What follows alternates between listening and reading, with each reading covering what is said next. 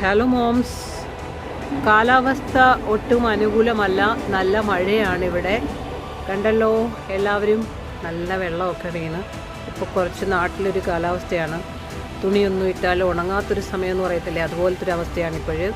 എങ്കിലും എല്ലാവരും ഡ്യൂട്ടിക്കൊക്കെ പോകുന്നു, വരുന്നു, അങ്ങനെയൊക്കെ നടക്കുന്നു. ഇന്ന് എല്ലാവരോടും പറയാനുള്ളത് നെവർ നെവർ ഗീവ് അപ്പ്. യാക്കോബ് റിജക്റ്റ് ചെയ്തതുകൊണ്ടാണ് ഇന്ന് യഹൂദ ജീവനോടെ ഇരിക്കുന്നത്. ബാക്കി എല്ലാ ഗോത്രങ്ങളും നഷ്ടപ്പെട്ടു പോയപ്പോൾ യഹൂദായ ദൈവം സംരക്ഷിച്ചു. ആ ലേയുടെ റിജക്ഷനിലൂടെയാണ്. ആരാണോ വാഗ്ദത്തമുള്ളവർ അവർ റിജക്ഷനിലൂടെ പോകേണ്ടി വരും. So never give up. God has A great plan about you.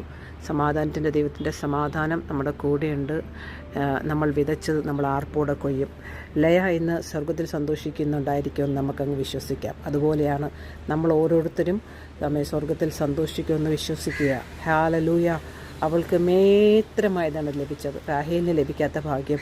എത്ര സൗന്ദര്യം ഉണ്ടെങ്കിലും സ്വർഗത്തിൽ എന്തെങ്കിലും ലഭിക്കണമോ, റിജക്ഷനിലൂടെ കടന്നുപോയേ പറ്റും.